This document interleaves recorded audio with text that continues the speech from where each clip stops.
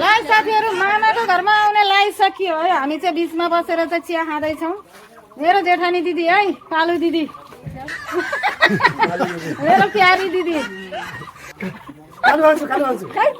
मेरो नाम छैन दिदी भाइ जोड्ने के अरे म बिहा गरेर आयो भने भन्दैन भन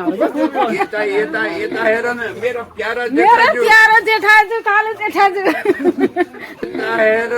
मेरो प्यारो जेठाजु कालु जेठाजु। दादा हाई भन्नु, हाई भन्नु न, हात हल्लाइदिनु। दादा हाई भन्नु न। हजुर मान्छे हेर्दैछन् लाइभ हो।